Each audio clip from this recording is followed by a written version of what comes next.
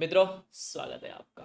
कैसे हो आप लोग? I hope you are doing well and fine. I am also doing well and fine करके, ठीक है। तो स्टार्ट करते हैं अपना आज का ये जो सेशन है। ये किसके ऊपर है? थंबनेल देख लिया होगा, how to revise your audit का सब्जेक्ट। इसके पहले मैंने how to revise your FR and how to revise your AFM डाल दिया है। अब मैं how to revise your auditor उसके ऊपर आ रहा हूँ, ठीक है।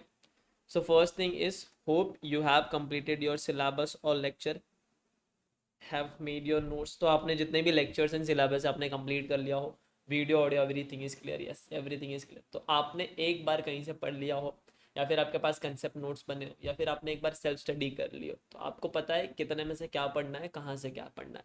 ये चीज़ें आपके पास अब अवेलेबल हो, और आपने एक बार कहीं से फास्ट ट्रैक बैच देख लिया हो या फिर रिवीजन बैच देख लिया हो, और आपने एक बार सब्जेक्ट की अंडरस्टैंडिंग ले लियो, ठीक है। I am hoping that and I am assuming that thing करके। नहीं है तो पहले वो आप अंडरस्टैंडिंग लो, वो बहुत ज़रूरी है सब्जेक्ट को आगे पढ़ने के लिए। सो ये एक बात यहाँ पे याद रखना, it is a harsh truth, it is a theoretical subject and you have to been in touch with this subject till you give your audit का पेपर। तो आपको ना इस सब्जेक्ट के साथ तब तक रहना होगा जब तक आप अपना ऑडिट का पेपर लिख नहीं लेते। फॉर एग्जाम्पल, अगर आज आप पढ़ना चालू कर रहे हो ऑडिट और आपका एग्जाम 3-4 महीने बाद है, तो आपको आज से लेके एग्जाम के आखिरी दिन तक नहीं, ऑडिट के पेपर के दिन तक उसका साथ देना पड़ेगा। यानी उसको आपको डेली पढ़ना पड़ेगा। जहां आपने छोड़ा उस सब्जेक्ट को, वहां कहीं ना कहीं आपका बैकलॉग आएगा एंड चीज़ें आपकी कहीं ना कहीं चीज़ें आपके वे में नहीं जाएगी। तो आपको ऑडिट का पेपर आज से लेके एग्जाम के ऑडिट के पेपर के दिन तक उसे अपने होल्ड में रखना है, अपने बस में रखना है, अपने साथ रखना है, ठीक है। देखो, let's understand what is learning cup. अब यहाँ पे मैं एक आपको लर्निंग कप क्या होता है वो थोड़ा समझाता हूँ, क्योंकि ऑडिट ऐसा सब्जेक्ट है जहाँ पे आपको मेमोराइज करना पड़ेगा। जो भी कीवर्ड्स है वो आपको लर्न करने पड़ेंगे, रिमेंबर करने पड़ेंगे, और अगर हार्श वर्ड में बोलूँ तो रट्टाफिकेशन करना पड़ेगा। तो हाँ जी हाँ, कहीं ना कहीं कुछ चीज़ें हैं जहाँ पे आपको चीज़ें रट्टाफाई करनी ही पड़ेगी, उसका कोई तोड़ नहीं है, वो आपको करना पड़ेगा, ठीक है। तो एक लर्निंग कप का कंसेप्ट होता है जो एकदम सिंपल बोलता है कि आज आप जो पढ़ोगे वो अगले अगर 48 आवर्स में आपने 24 आवर्स में अगर रिवाइज नहीं किया तो आप 90% भूल जाओगे।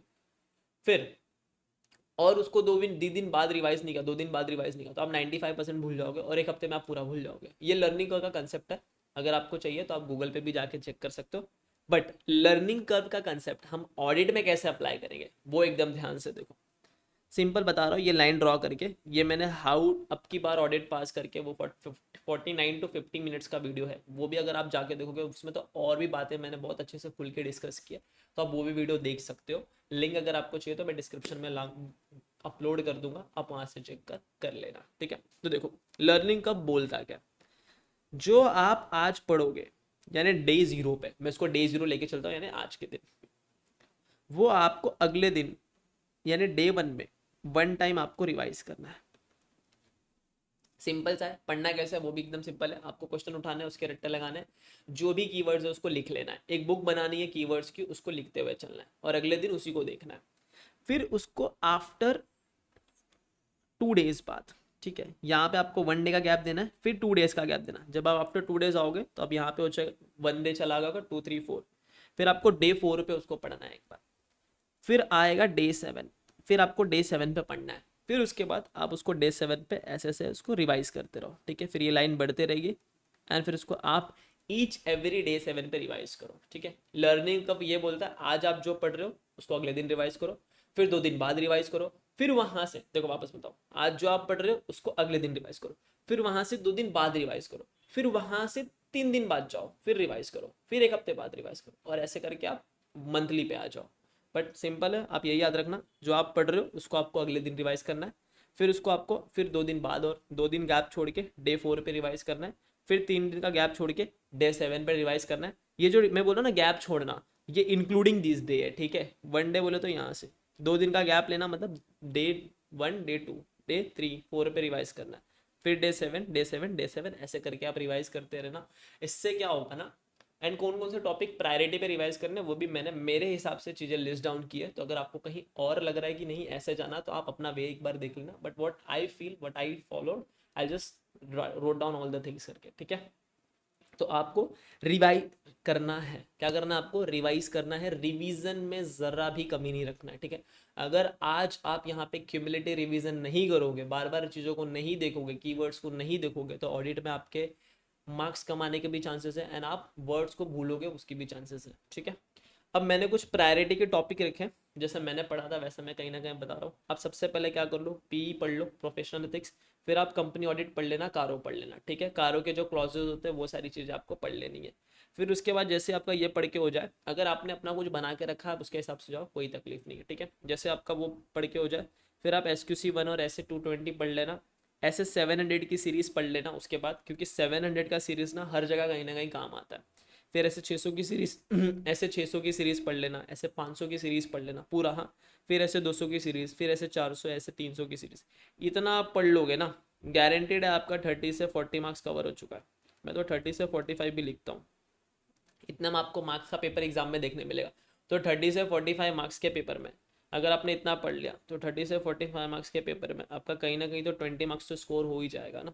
फिर आप थोड़ा नीचे आना, 20 से 25 तो स्कोर हो ही जाएगा। फिर आप जब नीचे आओगे, अब ये वाले जो टॉपिक मैं बता रहा हूँ ये फुल ऑफ थेरी टॉपिक है, ठीक है। It is full of theory, full of theory, कोई दिमाग नहीं लगाना, पूरा का पूरा थेरी है। यानी जो कीवर्ड्स है वो एज इट इज़ रट्टा मारना है, एज इट इज़ दिमाग में लेना। तो देखो, internal audit PSU 610, internal audit के साथ ऐसे 610 पढ़ना। फिर PSU पढ़ना, ग्रुप ऑडिट पढ़ना, ये तीनों का एक बंच बन जाएगा। फिर NBFC एंड बैंकिंग पढ़ना, NBFC पूरा पढ़ लेना। बैंकिंग में क्या पढ़ना है, जो लिमिट्स होते हैं ना वो पढ़ना है। आपको पूरा आंसर याद नहीं हो रहा है, कोई बात नहीं, आप 2 से 3 मिनिमम ट्राई करो। पूरा आंसर याद नहीं हो रहा है तो मिनिमम 3 पॉइंट्स याद कर लो उस आंसर के, या फिर वो भी नहीं याद हो रहा है तो मिनिमम 2 पॉइंट्स याद कर लो। कुछ नहीं, इसी एग्जाम में कुछ तो आएगा, कुछ तो लिखूंगा, 2 पॉइंट्स तो लिखूंगा, 2 मार्क्स तो मिलेंगे। इस वे से पढ़ना है आपको, ठीक है। ऐसा नहीं कि पूरा ही छोड़ देना है, पूरा किसी को मत छोड़ो, थोड़ा सा याद करके रखो उसको, ठीक है। तो पूरा वो चैप्टर को याद करो, थोड़ा सा याद करो। इन्वेस्टिगेशन, फॉरेंसिक, ड्यू डिलिजेंस, इसमें से कोई एक ही क्वेश्चन आता है हर बार एग्जाम में, तो इसमें से सबके दो दो पॉइंट याद कर लेना। आ गया तो 2 नंबर तो मिले, कुछ नहीं से कुछ तो मिले। फिर ये चीज़ डिजिटल ऑडिट, ये पूरा का पूरा थियरी है। जैसे आपका ये वाला पूरा बंच खत्म होता है ना, आपने तकरीबन ना 70 to 75 मार्क्स कवर कर लिया। मैं तो बोलूँ 70 to 85 मार्क्स आपने कवर कर लिया। फिर आपका आता है ये बचा हुआ, ये वाले जो सिलेबस है ये May 24 के एग्जाम से जुड़े हैं। स्पेशलाइज्ड एरिया, इसमें से आपको एक क्वेश्चन देखने मिलेगा। फिर रिलेटेड सर्विस, इसमें से मिलेगा, इसमें से मिलेगा, इसमें से मिलेगा। तो जब आपका ये वाला एक बार थोड़ा पक्का हो जाए ना, ये सारी चीज़ें, ऐसे 800 वाला तो पूरा कर ही लेना, ऐसे 800 800 की सीरीज उसमें से भी क्वेश्चन आते हैं ये एग्जाम में। जब ये वाला पूरा पक्का हो जाए ना, फिर इन सब चीज़ों पे जाना, टाइम मिले तो, और नहीं मिले तो कोई बात ही नहीं। अगर आपको टाइम नहीं है ना, इट्स ओके। इन सब के क्या करने हैं, एक एक दो दो पॉइंट याद कर लेने बस, चलेगा।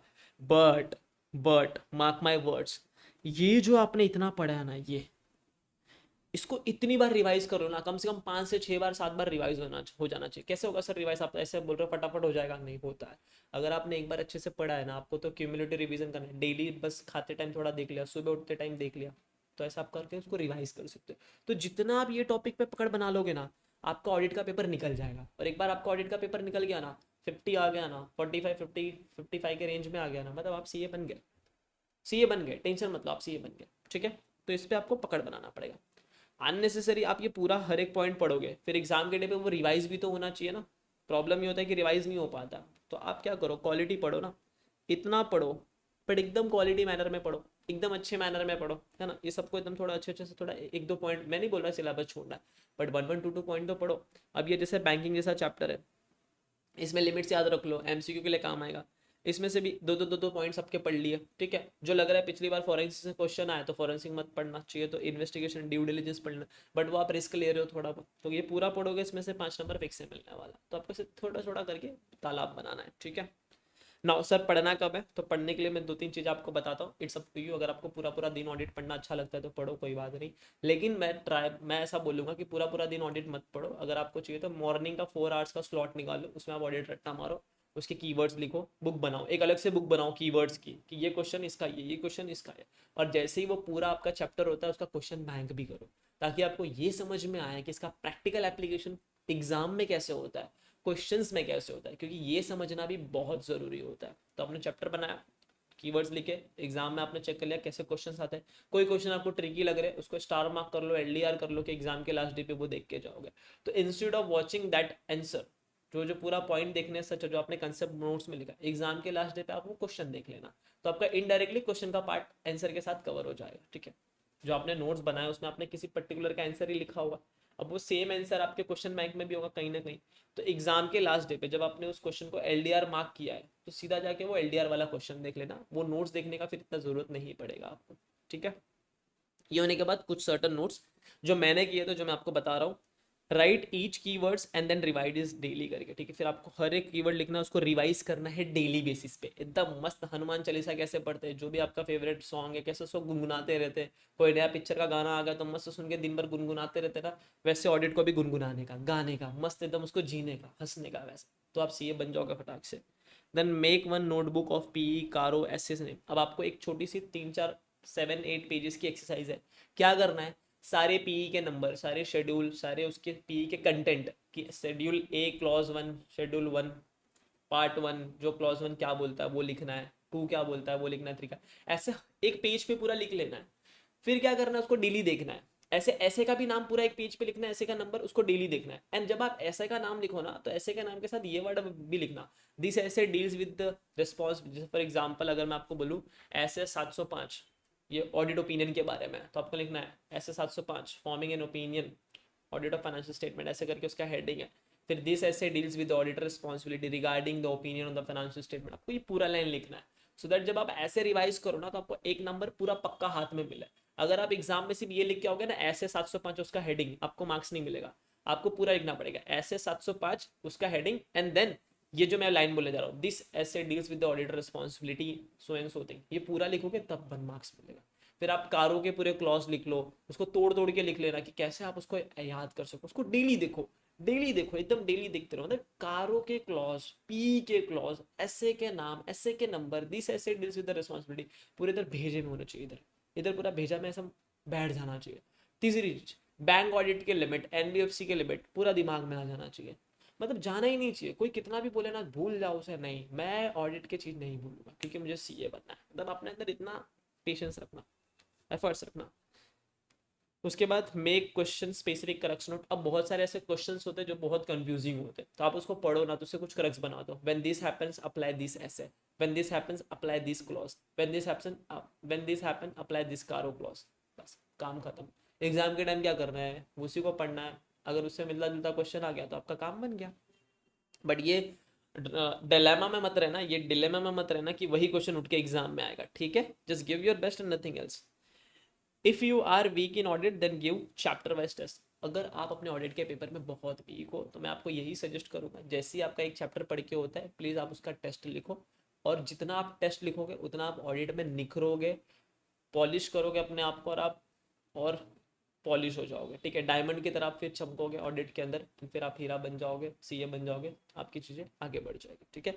तो आपको टेस्ट देना है चैप्टर वाइज। अगर आप ऑडिट में बहुत वीक हो, अगर आप वीक नहीं, आपको लग रहा है नहीं आप रट्टा मार सकते हो चीज़ें, तो फिर आप 2 फुल मॉक टेस्ट देना ऑडिट का। इग्नोर नहीं करना है ऑडिट का मॉक टेस्ट। बहुत सारे लोग यही गलती करते हैं, टेस्ट इग्नोर करते हैं, फिर आईसीआई एग्जाम लेता है और वहाँ पे उनका मॉक टेस्ट हो रहा होता है, फिर आईसीएआई इग्नोर करता है, ठीक है। तो आपको इग्नोर नहीं करना है, आपको क्या करना है, चुपचाप पढ़ा, चैप्टर वाइज टेस्ट दिया, फुल मॉक टेस्ट दिया, बात बात खत्म। कम मार्क्स आएंगे तो आप एंड में अपने आप को प्रेशराइज करोगे थोड़ा बहुत, और आप और चीज़ें पढ़ के जाके एग्जाम में लिख के आ जाओगे, एंड देन फिर आप सीए बन जाओगे, simple.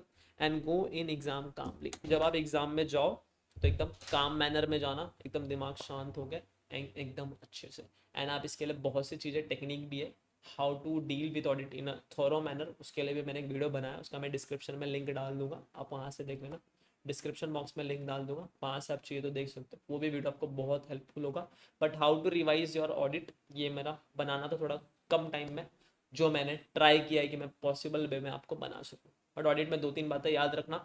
Audit is a theoretical subject, yes, कहीं कहीं पे आपको बिना सर पाव हाथ के भी याद करना पड़ेगा, समझ के याद करो, ज़्यादा जल्दी याद होगा। कहीं पे निमोनिक्स बनते हैं तो ज़्यादा निमोनिक्स के चक्कर में मत जाओ, स्टोरी बना के याद करो चीज़ों को, ठीक है। स्टोरी बनाने से चीज़ें ज़्यादा याद रखेगी। बोले अगर मैं आपको कोई कहानी सुनाऊँ ना वो आपको ज़्यादा टाइम तक याद होगी। बट अगर मैंने आपको कोई वर्ड्स बना दिया ना, इसका ई उठाया, इसका पी उठाया, इसका एल उठाया, ईपीएल, तो ईपीएल तो आपको कितनों के बन जाएंगे, कितने आंसर की ईपीएल बनेंगे। तो कभी भी ऑडिट याद करना ना तो वर्ड स्पेसिफिक याद मत करना, स्टोरी स्पेसिफिक, कि कीवर्ड्स के उठा उठा के आपने स्टोरी बना दी। जैसे इंडिपेंडेंस, ऑडिटर, फिर क्या आ गया, इंडिपेंडेंस, ऑडिटर, फाइनेंशियल स्टेटमेंट, ऐसे कुछ बना बना के आपने कीवर्ड्स बनाए, स्टोरी पूरी लाइन बना दी, और फिर आप वो लाइन को बस याद रखो, जिससे आपके सारे आंसर डिराइव होंगे। ठीक है, अगर आप कीवर्ड्स को लेके स्टोरी बना दो तो which is very well and good. And yes, लिख लिख के पढ़ो, बोल बोल के ऑडिट पढ़ो, एंड आपका ऑडिट का पेपर हो जाएगा क्लियर। ठीक है, कैसे ऑडिट का पेपर लिखना है, क्या लिखना है, उसके साथ भी मैं आऊँगा। Right now I am focusing on how to revise your C A final का papers, so I am dealing with it करके। ठीक है, पिक्चर अभी बाकी है। Wait wait wait wait wait, just 1 minute. So thanks for watching first of all. Second thing, hope you enjoyed this video. ठीक है, ये वीडियो आपने enjoy किया होगा। इस वीडियो को बनाने में मैंने पूरे अपनी हार्ट एंड सोल लगा दी, ताकि ईच एंड एवरी चीज जो भी इस वीडियो में मैंने आपको कन्वे की है वो आपको अच्छे से समझ में आ जाए। Got it? The second thing is, if you want to grab the opportunity of a regular course, the link available in the description box. आइए साथ में मिलके पढ़ते हैं, लाइव पढ़ते हैं। ठीक है, या फिर अगर आपको रिकॉर्डेड चाहिए तो रिकॉर्डेड भी मिल जाएगा। एंड सारे क्वेश्चन बाय हैंड मैं आपको सॉल्व कराऊंगा। फिर कंसेप्ट आपको, एवरी कंसेप्ट आपको समझाया जाएगा। एंड टेस्ट सीरीज भी होगा। एंड आई पास्ट के 3-4 अटेम्प्ट के क्वेश्चन पेपर MTPRTB भी उस कोर्स में कवर होंगे। And I will make sure कि आपका वो कोर्स अच्छे से हो जाए and you got clear that particular paper and the subjects also. ठीक है, fourth thing is, if you want the video on any other topic, ठीक है, just leave a comment, I will come up with that video. Got it? And the last thing is feedback. Yes, it is very much required and it is a request. हाथ जोड़ के request कर रहा हूँ कि please आप अपना feedback मुझे दीजिए। फीडबैक कैसे दे सकते हो? फर्स्ट थिंग, या तो आप कमेंट कर दो। सेकेंड थिंग, या तो आप गूगल फॉर्म भर दो जो आपको डिस्क्रिप्शन बॉक्स में मिलेगा। थर्ड थिंग, जस्ट आप इस मेल आईडी पे अपना फीडबैक दे सकते हो। So first thing is very simple, just leave a comment. Second thing, fill the Google form. Or third thing, you can just give a mail on this mail ID. And finally is nothing but like this video, share this video and subscribe the channel for more such useful video to make you ahead in your journey. And best, Shri Krishna Gupta, just give your best. आप सिर्फ अपना best दो, बाकी सारी चीज़ें ना automatically आपके पास आ जाएगी। ठीक है, बस just give your best. Till then, Shri Krishna Gupta is signing off. तब तक के लिए मिलते हैं अपने अगले वीडियो में, तब तक के लिए सायोनारा। फिर मिलेंगे दोबारा। सी यू सून।